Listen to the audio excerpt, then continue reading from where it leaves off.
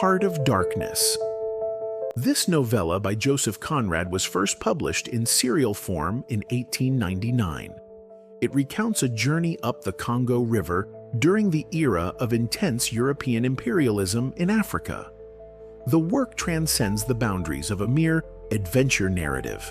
It presents a profound examination of the concept of civilization. It explores the potential for darkness within the human psyche. It also starkly illustrates the destructive nature of colonialism. The text invites readers into challenging territories, both geographical and psychological. Joseph Conrad's background provided a unique foundation for this story. Born Józef Theodor Konrad Korzeniowski in Poland, Conrad spent many years as a merchant mariner. His extensive travels included a significant journey up the Congo River in 1890. During this time, he was employed by a Belgian trading company. His direct observation of the brutal conditions in the Congo Free State, under the personal rule of King Leopold II of Belgium, deeply impacted him. This experience served as the primary source material for Heart of Darkness. Conrad became a master stylist in English, his third language. His writing often forms a bridge between the certainties of the Victorian era and the fragmented perspectives and psychological focus characteristic of modernism.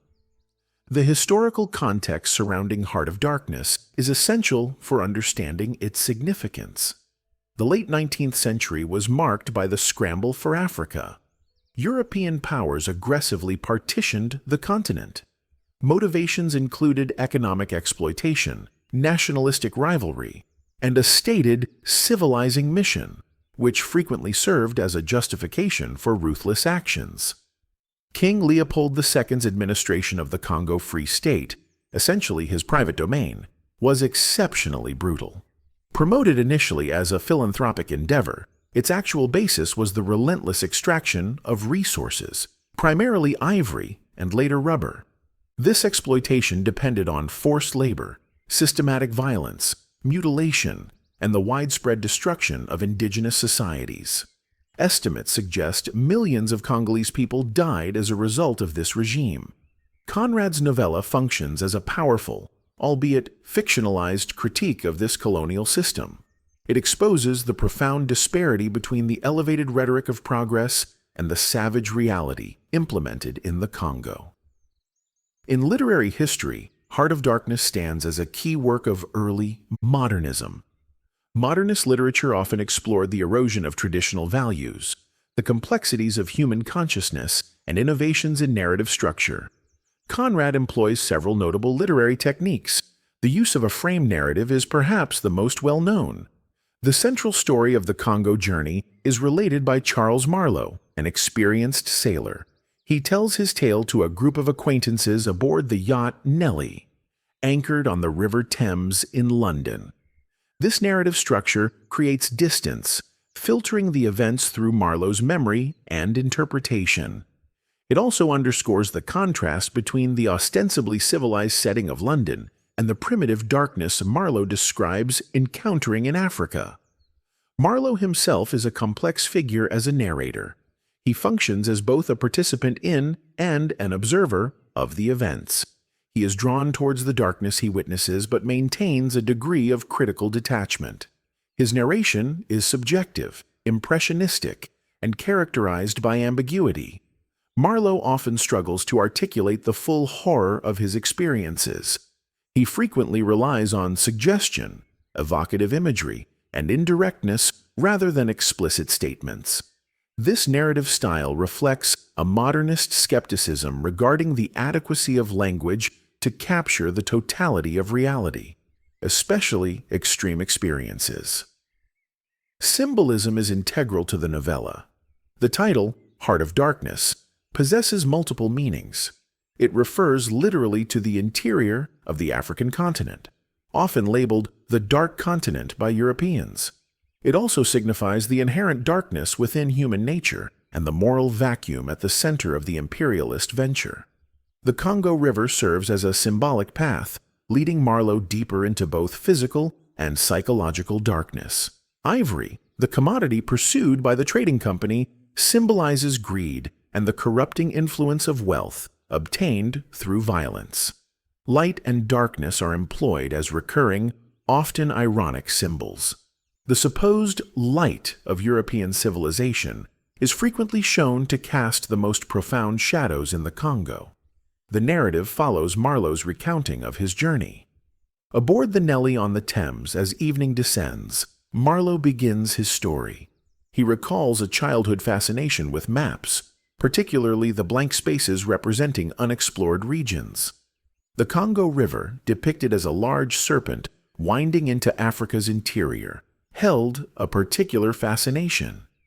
As an adult seeking employment, he utilizes personal connections, notably through his aunt, to obtain a position. He becomes a river steamboat captain for the Belgian trading company operating in the Congo. His visit to the company's headquarters in Brussels is unsettling. He describes the city as a whited sepulchre, outwardly beautiful but inwardly corrupt. Within the office, he encounters two women knitting black wool, figures who seem like symbolic guardians at the threshold of a dark domain. A brief medical examination follows, during which the doctor measures Marlow's skull, expressing interest in potential psychological changes induced by the journey. The overall atmosphere is one of detached bureaucracy, masking a potentially sinister enterprise. Marlow's aunt speaks with naive enthusiasm about the noble cause of civilizing the native populations, highlighting the stark contrast between European ideals and the impending reality. Marlow travels to Africa aboard a French steamer. The sea voyage offers initial glimpses into the absurdity and wastefulness of the colonial project. He witnesses a French warship firing cannons into the seemingly empty jungle along the coast, an act of pointless aggression. The vastness, silence, and inscrutability of the African continent make a strong impression. Upon arrival at the company's outer station, Marlow directly confronts the consequences of imperialism. The station is depicted as a place of chaos, inefficiency, and shocking brutality. Discarded machinery rusts uselessly. Infrastructure is visibly decaying. He observes a chain gang of African prisoners, bound by iron collars, moving slowly under guard. The most disturbing discovery is the Grove of Death. This shaded area is where exhausted African laborers, broken by the system, have retreated to die. They are depicted as emaciated figures expiring in the gloom, their immense suffering met with callous indifference by the Europeans present. At the outer station, Marlow also meets the company's chief accountant. This man maintains an impeccable white attire, contrasting sharply with the surrounding squalor. He diligently keeps his books amidst the decay and human suffering, representing a chilling form of bureaucratic detachment from reality. It is the accountant who first mentions the name Kurtz to Marlow. Kurtz is described as an exceptional agent operating deep in the interior. He is lauded for procuring vast quantities of ivory, far exceeding other agents. Kurtz is initially presented as a figure of great promise, an emissary of progress, establishing him as a central figure of mystery and importance in Marlow's developing narrative. Marlow faces a period of waiting at the outer station. Subsequently, he undertakes a long, 200-mile overland trek to reach the central station. This journey provides further exposure to the inefficiency and suffering inherent in the colonial operation. Traveling with a caravan of porters through a vast and challenging landscape, he observes more evidence of abandoned projects and human misery. Arrival at the central station brings further frustration. The steamboat assigned to Marlow is found sunk at the bottom of the river. Marlow suspects intentional sabotage, possibly orchestrated by the station manager, who seems keen to delay Marlow's journey upriver towards Kurtz. Marlow is forced to spend several months at the central station, supervising the steamboat's repairs. This period allows him to observe the other company agents, whom he refers to ironically as pilgrims. He finds them characterized by pettiness, greed, and constant intrigue. They appear as hollow individuals, lacking genuine conviction or moral foundation. Their primary motivations are acquiring ivory and improving their standing within the company hierarchy. They engage in incessant gossip, much of it concerning Kurtz. The manager of the central station exemplifies this hollowness. An unremarkable individual, he seems to maintain his position through sheer endurance and an ability to foster unease in others. Lacking obvious talent or vision, his defining trait is his capacity to survive the debilitating climate longer than his rivals. He harbors significant jealousy and resentment towards Kurtz, whose success and unorthodox methods challenge the manager's authority and the established system of exploitation. The manager subtly hinders Marlow's repair efforts, likely hoping that Kurtz, rumored to be ill, will die before Marlow can reach him. During his stay, Marlow encounters a man known as the brickmaker, despite the absence of materials for brickmaking at the station. This figure represents the pretense and lack of substance prevalent among the agents. The brickmaker attempts to probe Marlow for information about influential connections in Europe. He speaks of Kurtz with a mixture of admiration and envy, referring to him as part of a new gang, dedicated to enlightenment. This conversation further intensifies Marlow's curiosity about the enigmatic agent stationed deeper in the interior. Eventually, the steamboat repairs are completed. Marlow commences the long, slow voyage up the Congo River towards Kurtz's inner station. This river journey constitutes the narrative's central section. It functions as a voyage into the past and the unknown.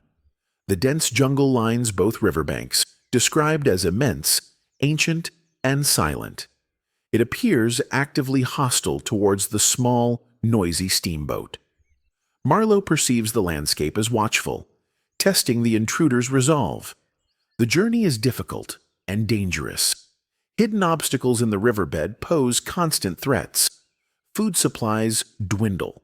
The boat's occupants include Marlow, the manager, several pilgrims, and approximately 20 African crew members, whom Conrad labels cannibals. Marlow notes their remarkable self-control, particularly considering the scarcity of food. As the journey progresses deeper into the continent, the sense of isolation grows. Encounters with human settlements become rare, and observed villages often appear deserted. The atmosphere becomes increasingly tense and surreal. Marlow experiences a growing sense of connection with the primordial wilderness. He reflects on the fragility of civilization's veneer, contemplating how easily it might be shed when confronted by overwhelming nature and isolation. He notes the pilgrims' increasing agitation, their reliance on firearms reflecting their fear of unseen threats lurking in the jungle. Approximately 50 miles from the inner station, the crew discovers a deserted hut. Inside, they find firewood stacked neatly and a cryptic note advising caution upon approach. The note is signed illegibly, possibly by a Russian. They also find a technical manual on seamanship containing handwritten annotations in cipher, which intrigue Marlow. The hut and book indicate the presence of another European in this remote region, likely associated with Kurtz. Nearing Kurtz's station, the steamboat becomes enveloped in a dense white fog. This phenomenon enhances the sense of disorientation and suspense. When the fog eventually lifts, the boat comes under attack. Unseen assailants launch arrows and spears from the jungle. The pilgrims respond with panicked, indiscriminate rifle fire into the foliage.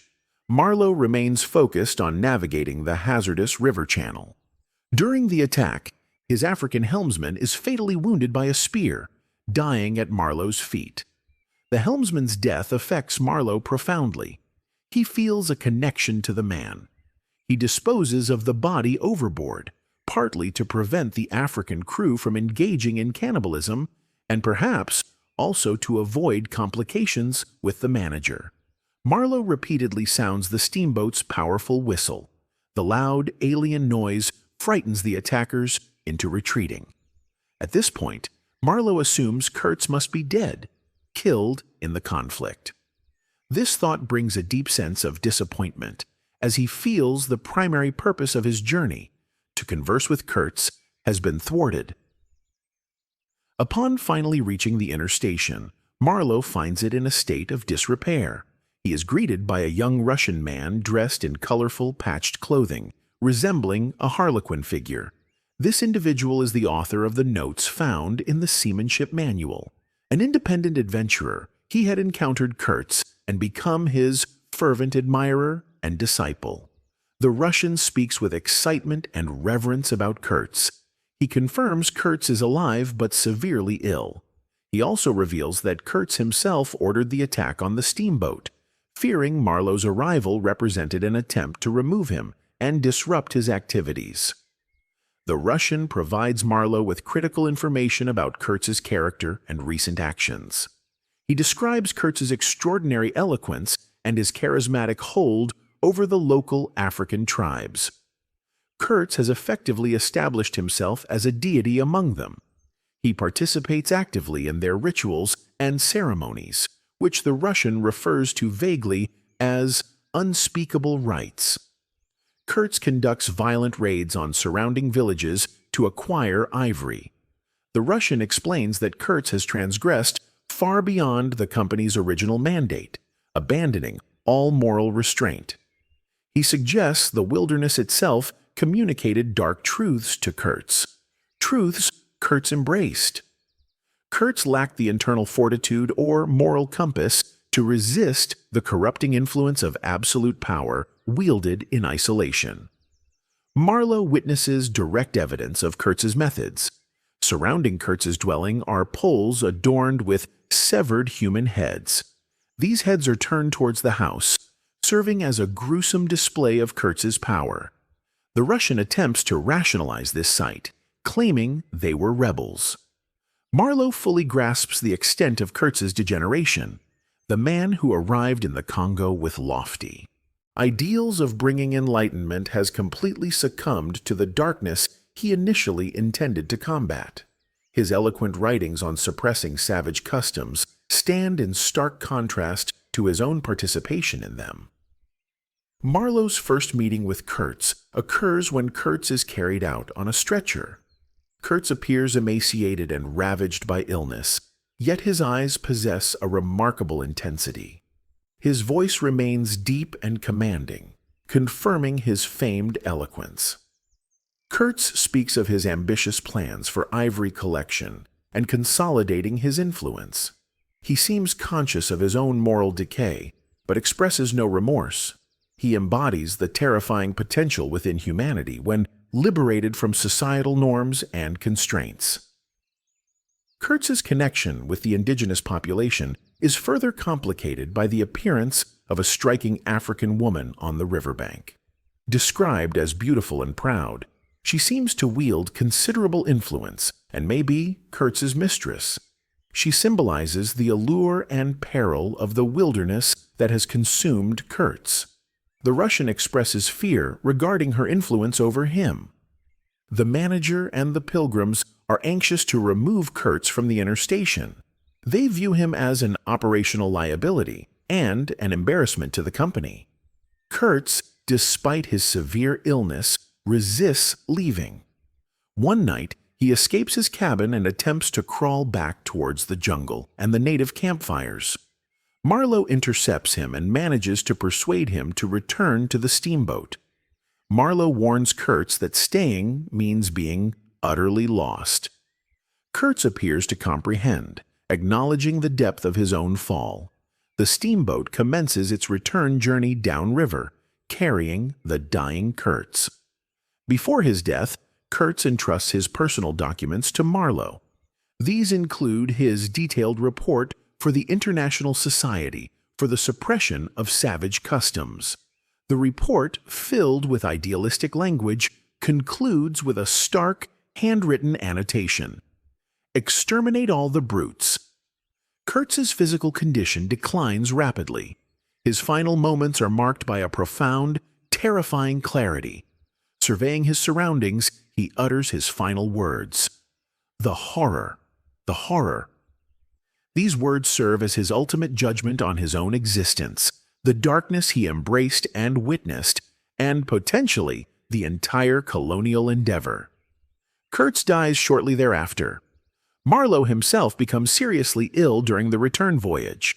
His own confrontation with mortality provides him with a deeper empathy for Kurtz's final realization. He survives the illness but feels fundamentally changed, stating he has little more to say about the events. He returns to Europe, profoundly disillusioned by his experiences in the Congo. Back in Brussels, the Whited Sepulchre, Marlow perceives the ordinary lives of Europeans as shallow and marked by ignorance regarding the darkness that supports their civilization. Company officials attempt to retrieve Kurtz's papers from Marlow, primarily concerned with protecting Kurtz's reputation and the company's image. Marlow relinquishes only the main report, withholding Kurtz's personal letters and the incriminating final postscript. Marlow feels a moral obligation to visit Kurtz's intended, his fiancée. He finds her living in a world shaped by idealized illusions about Kurtz. She remembers him as a great man, a humanitarian, an emissary of light and progress. Her grief is intense, and her belief in Kurtz's inherent goodness remains unshaken. She implores Marlow to reveal Kurtz's last words, unable to confront her with the brutal truth of the horror. Marlow chooses to lie. He tells her that Kurtz's final word was her name. This falsehood protects her cherished illusions, but leaves Marlow feeling complicit in the very darkness and hypocrisy he detests. He views the lie as a necessary evil, yet it fills him with profound moral discomfort. As Marlow concludes his narrative on the Nelly, darkness has fully descended upon the Thames. The river, earlier linked by Marlow to the Congo, flows towards the sea, leading into what the initial narrator described as an immense darkness. The frame narrator observes that the Thames itself seems to flow into the heart of an immense darkness. The novella offers no simple resolution or moral certainty. It leaves the audience, both within the story and the readers, to contemplate the complex ambiguities surrounding civilization, morality, and the darkness that exists not only in remote geographical locations, but potentially within all human hearts and societies. Heart of Darkness endures as a powerful and unsettling literary work. It compels readers to confront difficult truths about history, human nature, and the persistent legacies of imperialism. Its exploration of psychological depth, its critique of colonial practices, and its innovative narrative structure confirm its status as a landmark text of modern literature.